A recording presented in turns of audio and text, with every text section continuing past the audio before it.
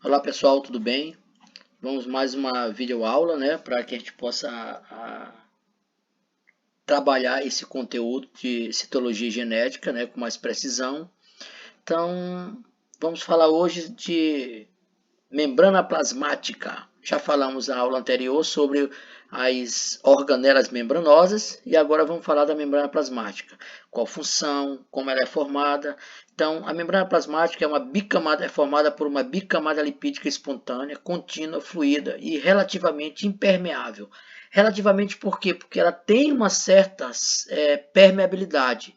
Então, a permeabilidade ela é seletiva, ela seleciona o que entra e o que sai da célula. Então, ela não é totalmente permeável, ok?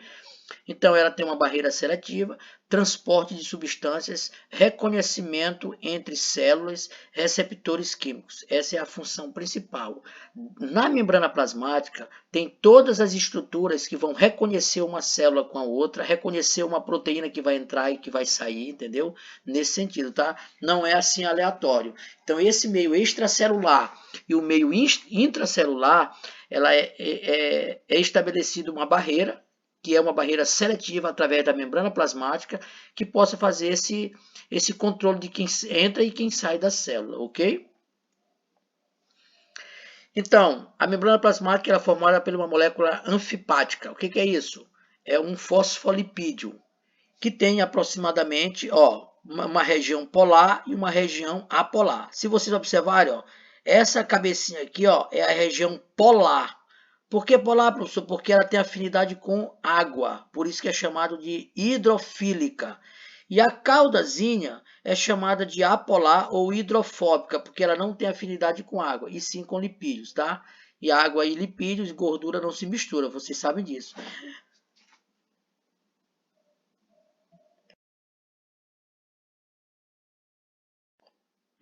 Então, eu botei aqui uma célula, e essa é a membrana plasmática, tá? E observam que as cabecinhas estão para lá, ó, para dentro e para fora. Por quê? Porque aqui dentro tem fluido líquido e aqui também tem fluido líquido. Então, aqui, essa parte polar entra em contato com a água extracelular, com o líquido extracelular. E essa outra parte também entra em contato com o líquido extracelular. Ok, pessoal? Vamos lá. Então, só para vocês entenderem, é como se fosse uma estrutura, um mosaico fluido, porque ela é maleável, é molinha, por isso que é de lipídios também. A bicamada é formada de fosfolipídios, que a gente acabou de falar. Olha aqui como acontece, ó, cabecinha de um lado, cabecinha do outro. Eu tirei daqui e botei para cá, ó. Essa parte é extracelular e essa parte aqui é intracelular, ok? Então, a cabeça que é polar entra em contato com a água. Essa região não entra em contato com a água. Se vocês observarem outras estruturas que tem, ó, tem o carboidratos, tem o glicocálise, tem umas proteínas chamadas de transmembrana ou integral. Por quê? Porque ela atravessa o meio extra, o meio intra, ela conecta os dois meios. Por aqui é que vai passar os nutrientes, que a gente vai ver mais tarde, ok, pessoal? Então aqui também tem as proteínas chamadas não integrais ou proteínas periféricas, ok? Então aqui só para a gente entender, ó, olha as proteínas, viu? Proteína periférica e essa aqui é integral. Ó, proteínas integrais é a que atravessa, porque a função dela é importantíssima dessas proteínas é ajudar os nutrientes, quer dizer, as substâncias passarem do meio extra para o meio intra, ou do meio intra para o meio extra, dependendo do momento. Então é basicamente assim, ó.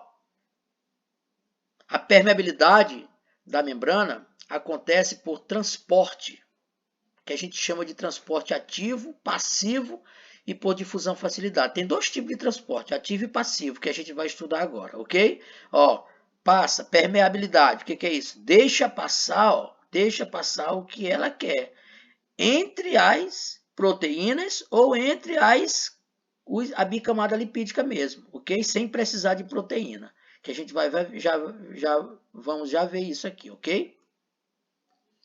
Então é basicamente isso, ó. Moléculas transportadoras. Quando uma molécula passa diretamente pela bicamada lipídica, sem precisar de proteína nenhuma, é chamada de difusão simples.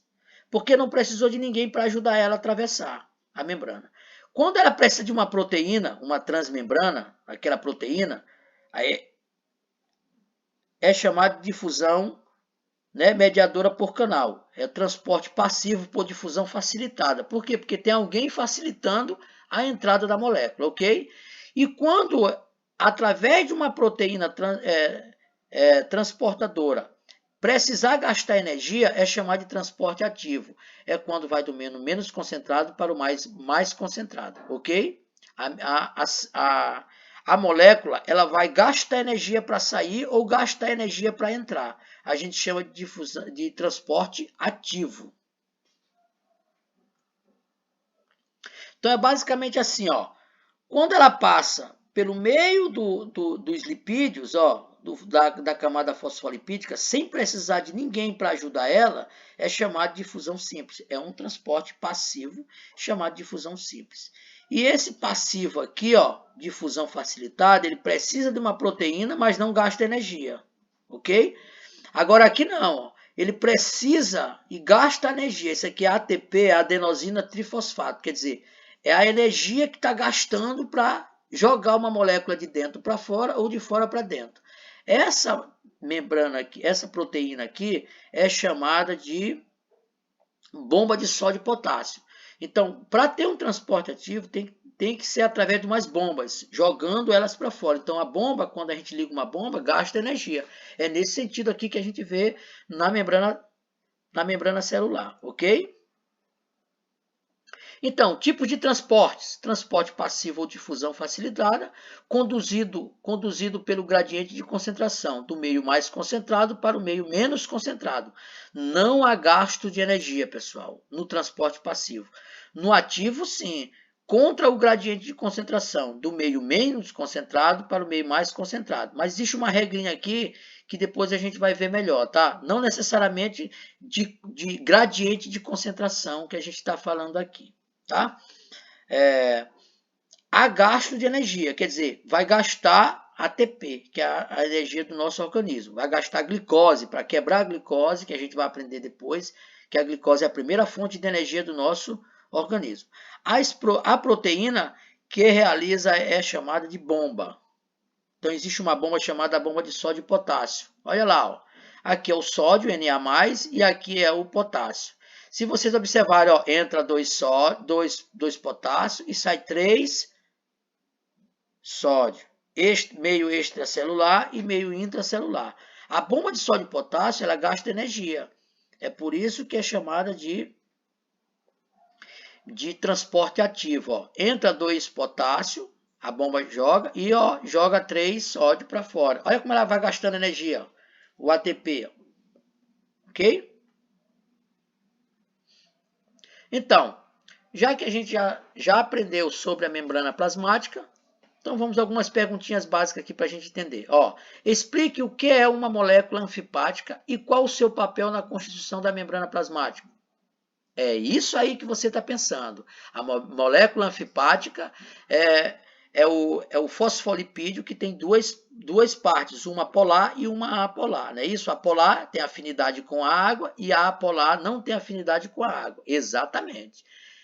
Descreva a estrutura da membrana plasmática. Essa é fácil. Vocês vão fazer aí, ok? Explique a importância do glicocálise. Reconhecimento da célula, né, não? E também ajuda na proteção mecânica da célula, para poder ela se proteger também, ok? Descreva os tipos de proteínas. Aí, proteínas transmembrana, as proteínas periféricas, certo, pessoal? Vários tipos de proteínas tem na membrana plasmática. Diferencie o tipo de transporte realizados pela membrana. Esse é fácil. Existem 2 transportes, passivo e ativo. O passivo ele pode ser por difusão simples e por difusão facilitada. O que é difusão simples?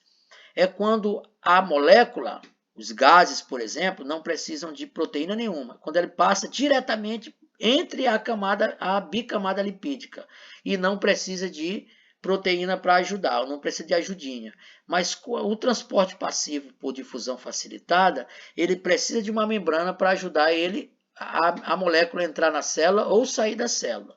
E o transporte ativo, a gente já sabe, já está dizendo, ativo já tem gasto de energia.